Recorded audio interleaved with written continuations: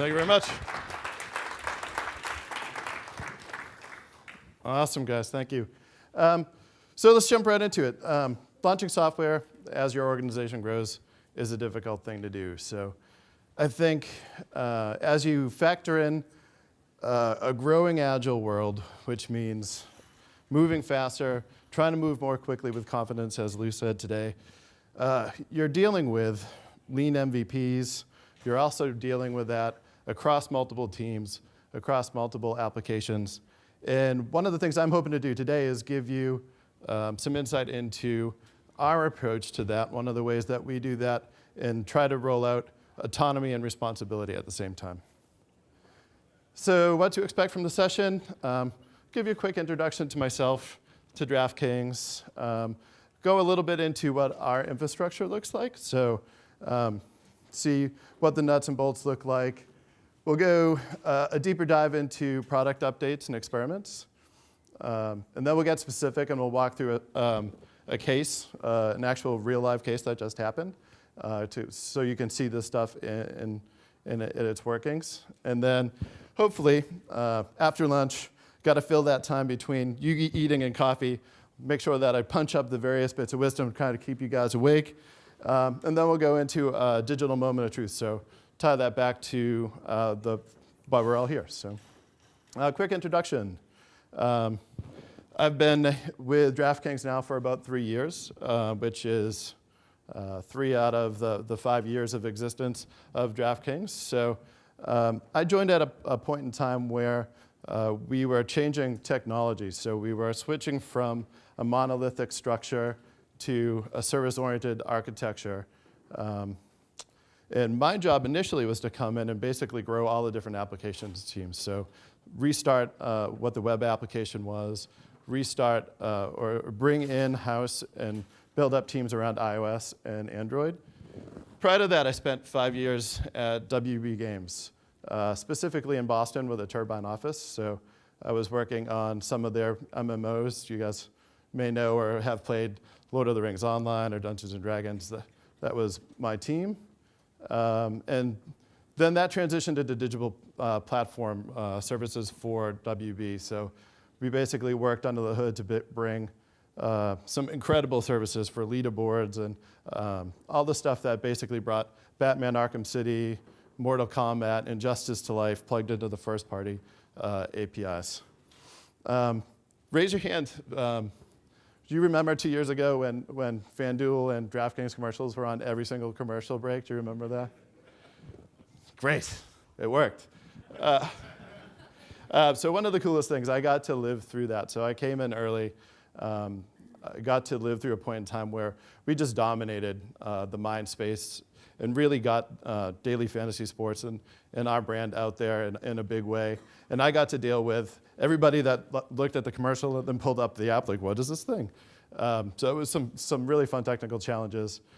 Lately, I've been focused on rebuilding the web platform, so all the JavaScript technologies, React, Redux, and now moving into basically owning more on fantasy sports, fantasy games, and content. So who is DraftKings? I think most people think about DraftKings as a daily fantasy game, a way to be able to pick your favorite players and then get scores and try to win money. But we have a big vision for how we see our role in our users' lives. So we look at it as we're basically helping you get far, far more out of the fan experience. So we call it, we're the game inside the game, but it basically is just allowing you to engage at a whole deeper level with your favorite sports and teams. Quick history on DraftKings if you don't know.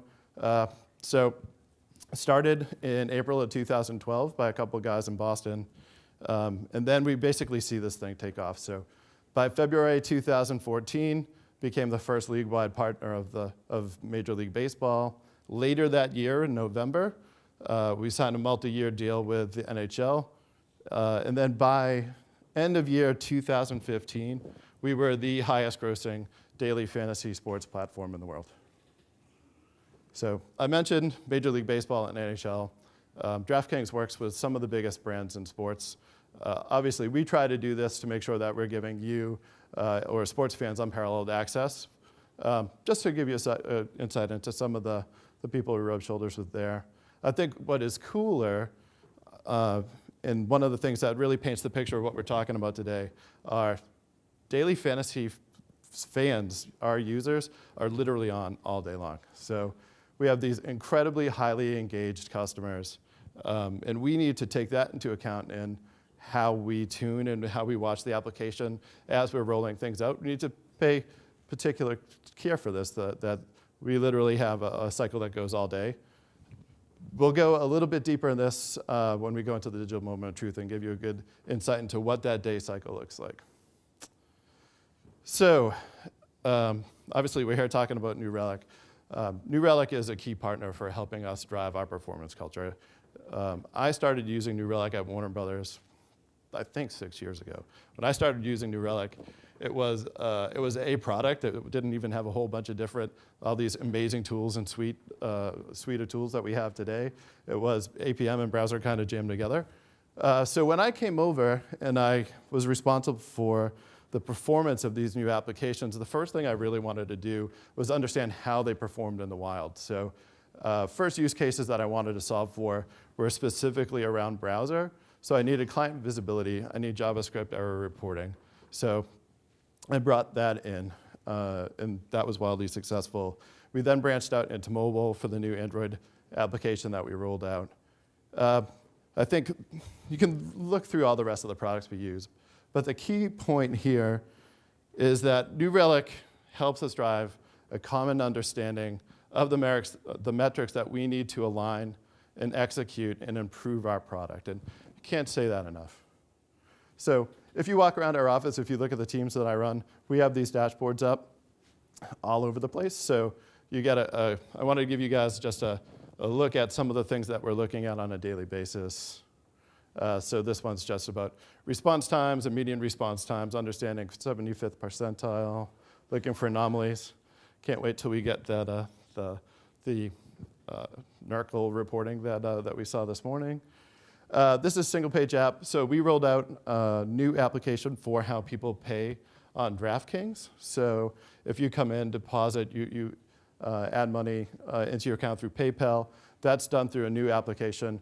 We use New Relic single page app monitoring in browser to take a look at that. And another set of dashboards here. So last summer we rolled out a product called Leagues. Leagues is a way for you to play with your friends. And we built out this entire operational dashboard. We take a very similar approach to what Lou was saying this morning. Like, we look at instrumentation very early, so built out a dashboard so we can understand how is leagues coming together as we roll it out across applications.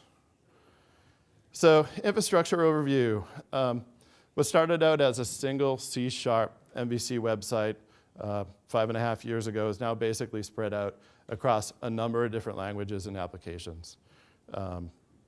Website is now React and Redux and JavaScript. Android is in Java. iOS started off as Objective-C, now is Swift.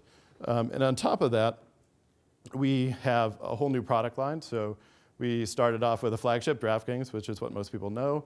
We have a new product called Decay Live, which is, the best analogy is NFL Red Zone for your phone. So on Sunday, on Monday, you can follow all your different players you're getting, live streaming updates for touchdowns, and some really, really cool stuff.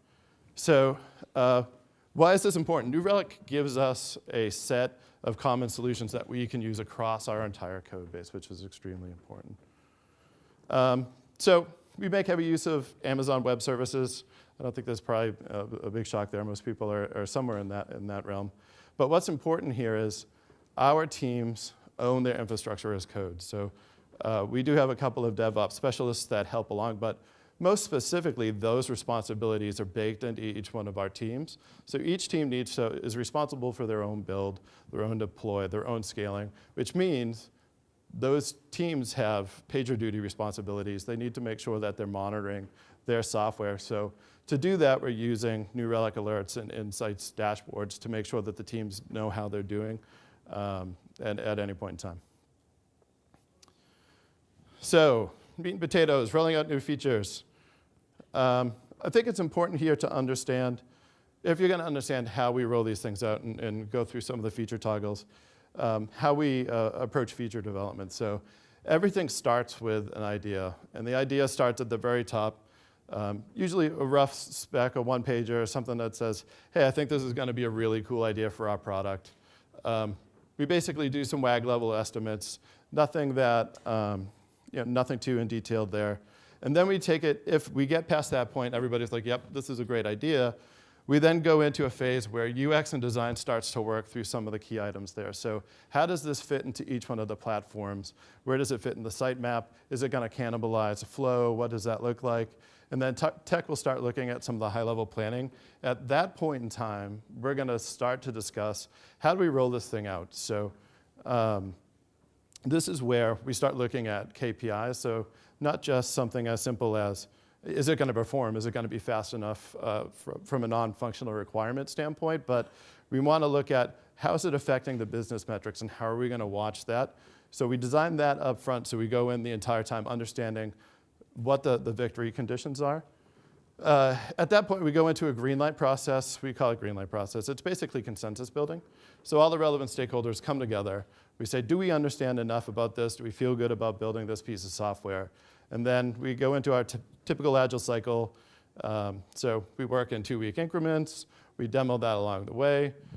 And when we feel like we have something that, again, we were talking about changing in the agile world, when we have something lean that we feel like we can get out in front of people, we're then going to talk about how we bring that to market, usually by using experiment system or permissions toggle. So we'll go into those in a sec. Another key call out here is that once we roll that out, that's not the end of the life cycle for us. So it's extremely important to us to continue iterating in small releases, cleaning up experiment code, reporting on KPIs. So as we go through this process, there's always this feedback going on in product communication channels, and where this can be, when we rolled out leagues, could be 6 times a day, could be 6 times a week, depending on what it is, right? But we're constantly looking, adjusting, and getting that code out to production so we can react quickly during this phase. Raise your hand if you know Martin Fowler. Do you know who Martin Fowler is? More of you guys should know. Martin Fowler is this world-famous software engineering leader. He's a public speaker. He's a blogger. One of the things I love the most about what he does is he consistently digs into trends in the software world to see how things are actually built, right? And then, once he does that, he takes the opportunity to share that with everybody else. So when I was coming up through the ranks, this guy was required reading. I recommend on your team, spend some time with it. I want to give him a tip of the cap because a lot of what we do from a best practices standpoint comes from some of the paradigms that he set forth. So thank you, Martin. And as Martin Fowler is prone to do, he takes things that people use in their software all the time and then goes through and identifies different qualities and proves the definition of what those things are. So while we were looking at toggles, we went through and he started to break down some of these common patterns and use cases. And he did it in a really cool way. So on the left axis here, you see what's the longevity of the toggle that we're going to build in. And that means, how long is it going to stick around in the code base? What's the carrying cost? As a manager, as a director, it's something that, I've got to pay for this stuff. I want to know what it's doing to my code base. In dynamicism, it's basically about what's the complexity, how's the complexity interface with some of your things like automation, with QA. Also, what's the way that you're going to actually, how quickly are you going to set these different feature flags and these values? So things to take in mind in how you're going to roll something like this out in your system. So quickly, I'll go through some of these just to give you the high-level definition. So release toggles, this is the way that we separate shipping code from releasing software. And this is a really important concept for us. So I have a personal view that unshipped code as inventory is risk. The last thing I want to be doing is building up a whole bunch of risk. I want to make sure that that software is going out. So if we put these things behind a release toggle, it allows us to continue to operate in our best practices. So we still continue doing our feature branches. We still do our PRs. That stuff's making it through the system and shipping per normal. It also allows us to avoid some big, nasty merge conflicts where if you're holding this long-lived branch and you're merging things back down from master, we get to avoid that by continually shipping the code and then having this stuff in a release toggle. It also transitions really cleanly later on to a permission toggle for an internal beta group, and we'll talk about that in a sec. So experiment toggles, I think this is probably the thing that most people think about when they think about experiments and toggles, so A/B testing.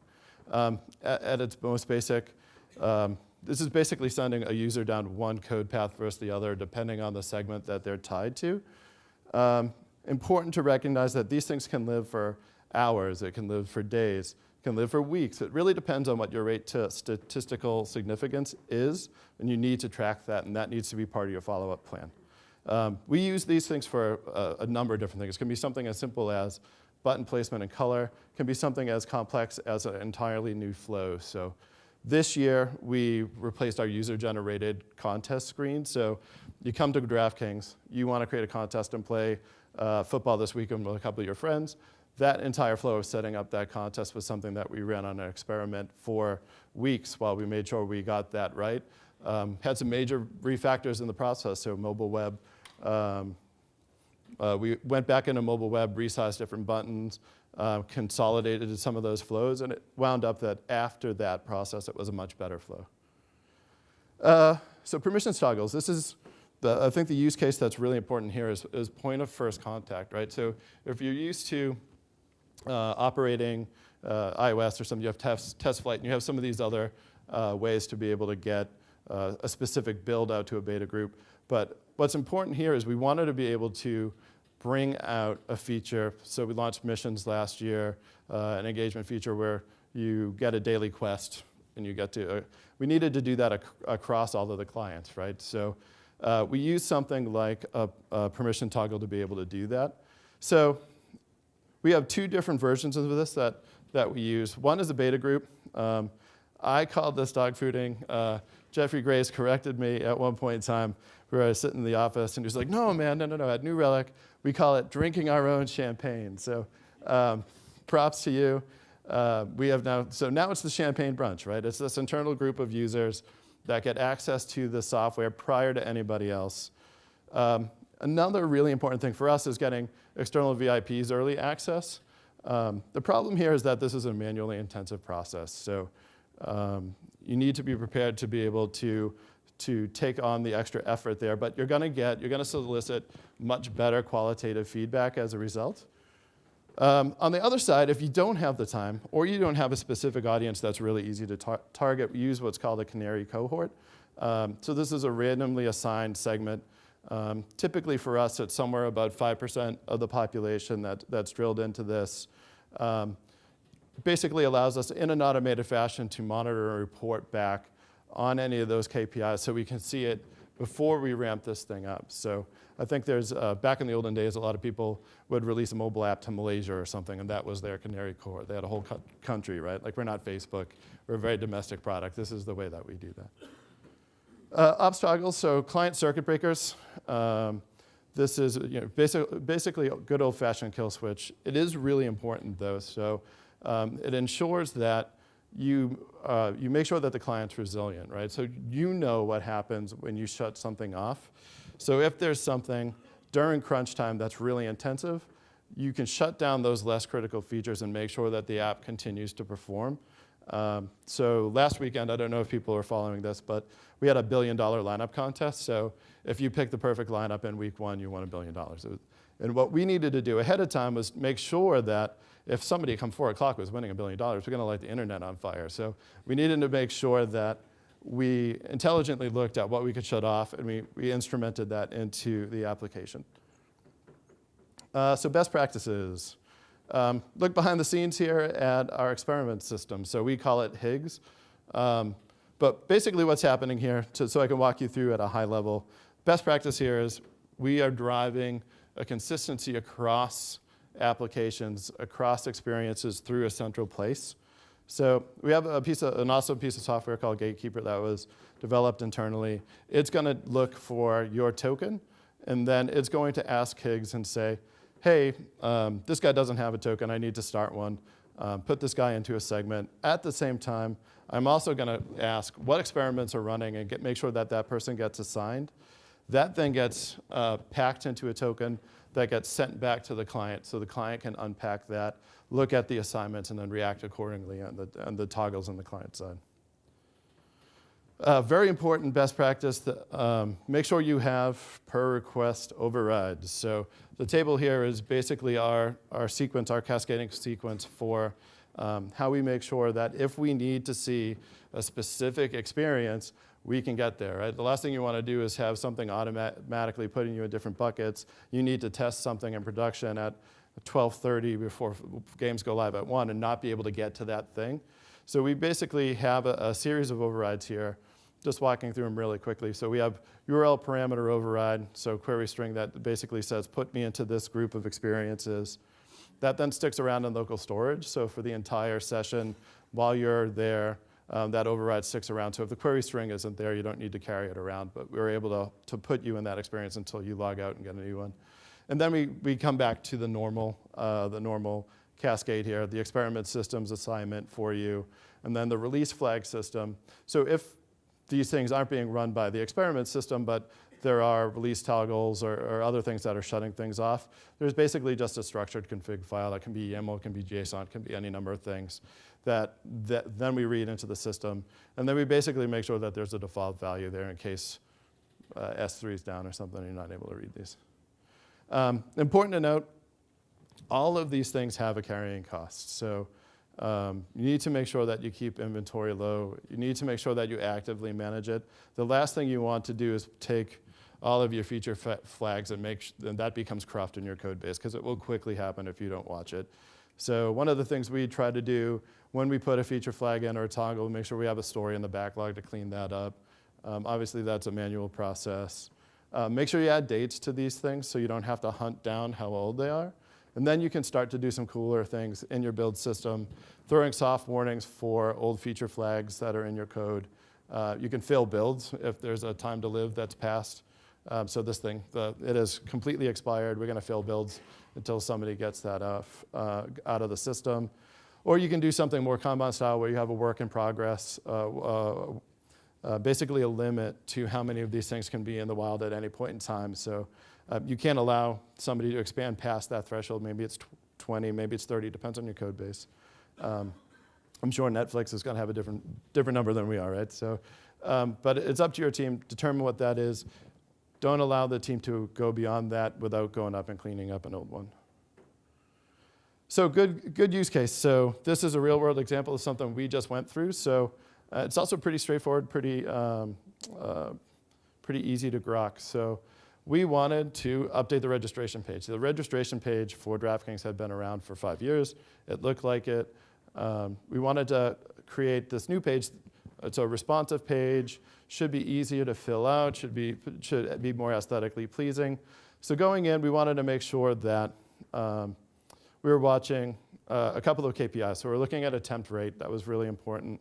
We were looking at success rate. Obviously, if people are coming in and failing, we needed to know. And then if there are errors that are popping up, we wanted to know that too. So standard playbook, just so you can see we practice what we preach. This was the playbook for this particular launch.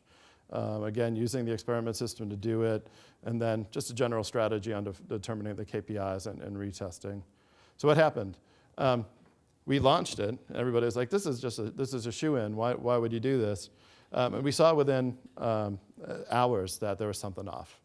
So by midday, we actually did go through and find the issue. So we're able to find this and resolve it very quickly, which I think is, again, you're never going to be perfect, but you need to be able to respond to that quickly and be able to recover quickly. So there was a problem with attempted rate. So we're seeing people bounce off the page, and we couldn't, we needed to figure out why. So we did a little bit of looking around, right? So the old page actually had a sign-in link in the top right. Just had been missed by UX and design. Everybody working on it didn't see it. I went back, added it. There was a theory that would correct it, relaunched it, and bam, right back to where we were supposed to be. So What's actually funny is it still didn't get better. I still would have liked to see it get better than what it was, but it wasn't doing any harm, which was important. So aesthetically, it was a better looking experience. I think it should have performed better. It still doesn't. But so looking back at the principles, set and monitor the KPIs, identify the key differences, and iterate until you get it right. Took a similar approach. It was a longer approach to international. So DraftKings is expanding internationally. We launched UK last year. We launched Germany and Malta last year. We're going to launch new countries this year. And one of the things that we used here was a longer-term beta process. So we used permissions toggles to be able to get people in those countries access to this new developing UK or German product. We used several new Relics tools to be able to facilitate the testing. So we had insights dashboards that we were able to pivot on country code. So we could clone the dashboard. We could keep both of those things up.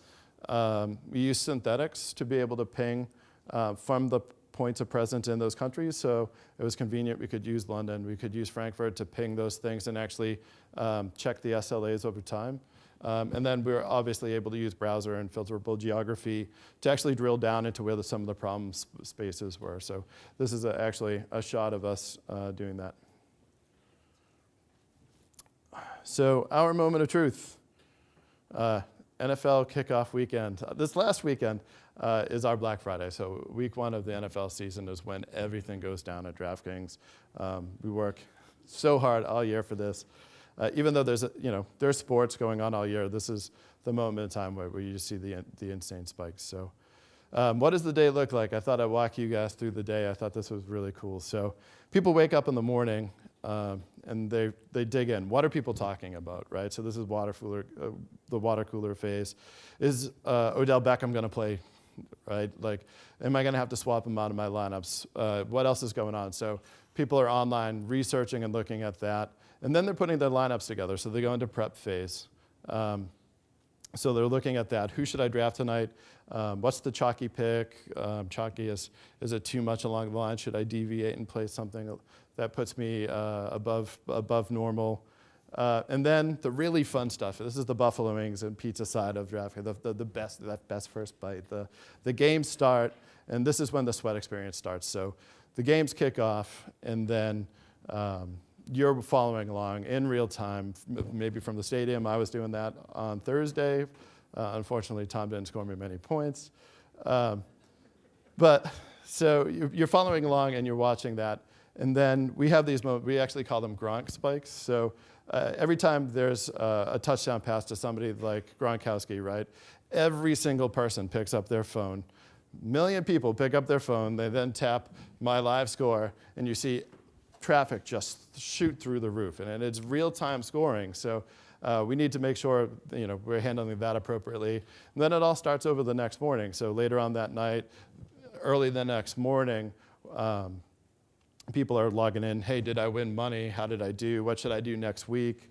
So just to walk you through a couple of examples here of what the day actually looked like. If you look at the graph, this is a couple of different years. I wanted to get this year's data, and I did not. But you can see that consistently building to the 1 o'clock games is this huge volume of contest entries. So in basically 2 hours, we're fielding millions of entries on that one day. So it just keeps on coming in right up into the time that contests lock and the games kick off. And then DFS players stay on all day, right? So now you're seeing here that exact, the build and decay rate. So all morning long, people are getting on the applications and staying on the applications all the way through the 1 o'clock set to 4 o'clock, and then it ramps down after the 4 o'clock set. So in this case, you have over 1 million people on the app at any point in time. So in summary, if there's one thing you take out of the day, right? Ensure your life cycle empowers teams and reinforces their autonomy, but make sure that you do that safely, right? So spend time early in your process, understanding how you intend to release. You can layer toggles with experiments. It doesn't need to be an either or situation. That's hopefully you take that from the quadrant that we just looked at.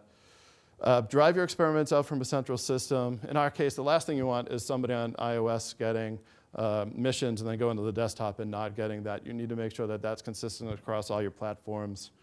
And performance culture, if you're going to stress this, you need to make sure you have a common understanding of the metrics that you need to drive consensus in your group, to react quickly, to execute on that and move, again, fastly through that, get the problem solved, and then iterate until you have the problem solved. And you don't need to fly blind, right? So for great metrics, you need great tools, right? And New Relic provides a huge suite of those that we use every single day, so you don't need to go it alone. Last bullet point, if you didn't try out DraftKings last week, and I saw some of you, make sure you play in week 2. We're going to have a good week. So, any questions?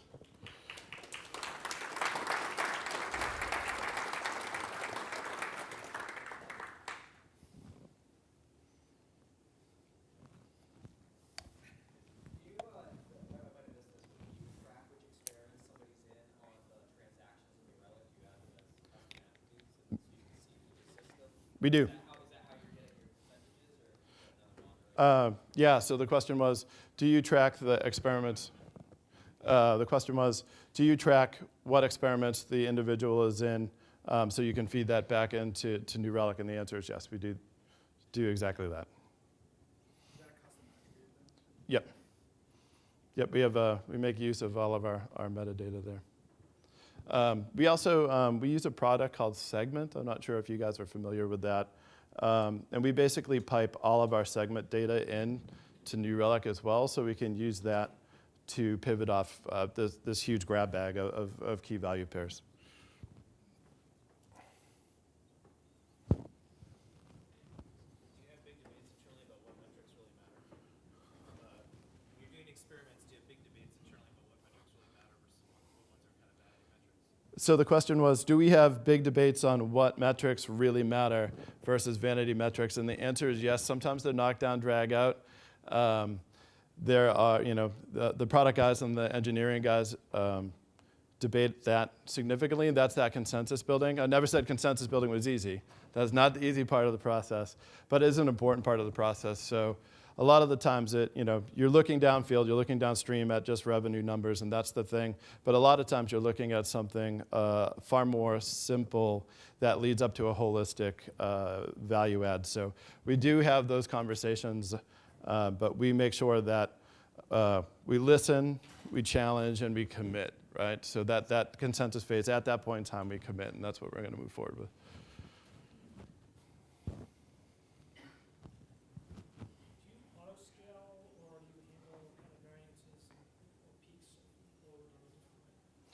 So the question was, do we auto-scale or do we handle it in different ways?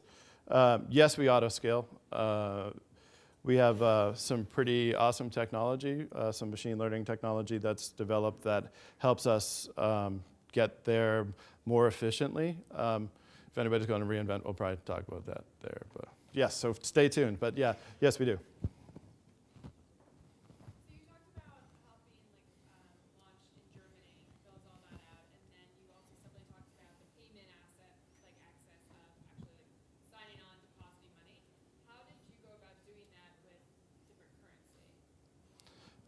So the question was, we launched Germany, and then we do experiments. How did we, if I phrase this correctly, how did we look at experiments as we add in new currency groups? So we basically separate people into a control group. So we needed a default, right? We needed a basic version. So there was a simple, like, hey, we needed to take credit cards, whatnot. But we actually just recently launched Skrill, which is European PayPal. For lack of better understanding there. And the way that we did, we separated that into a control group versus not. We watched that, and then was very safe after a couple of days to ramp that up. So it was basically just watching what that did. Was there any cannibalization of decay rate? And then once we saw that there was actually just a differential benefit in revenue and depositors, we'd ramp that fully.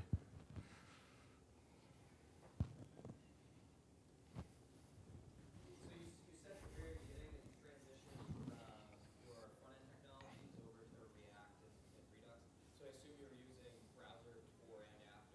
Yes. You must have had metrics on before. So we're doing a similar thing with switching over to SPA apps. One thing that we struggle with is knowing what the metrics should be or trying to get things to line up and name the same. Did you have any of those problems or any insights there? So that was a pretty complex situation. So actually, if you want to spend some time afterwards, I could talk with you specifically. So there was a lot that we did in rolling out the new technology where we took a component by component approach to start. So we basically would uplift various portions of the old site at the same, so it would literally render on top and take that over. And then once we got to a critical mass, 85% of the page, we would then separate the route out and then handle it in the new application. So if you want, we could talk about that over here. There were a lot of interesting challenges there.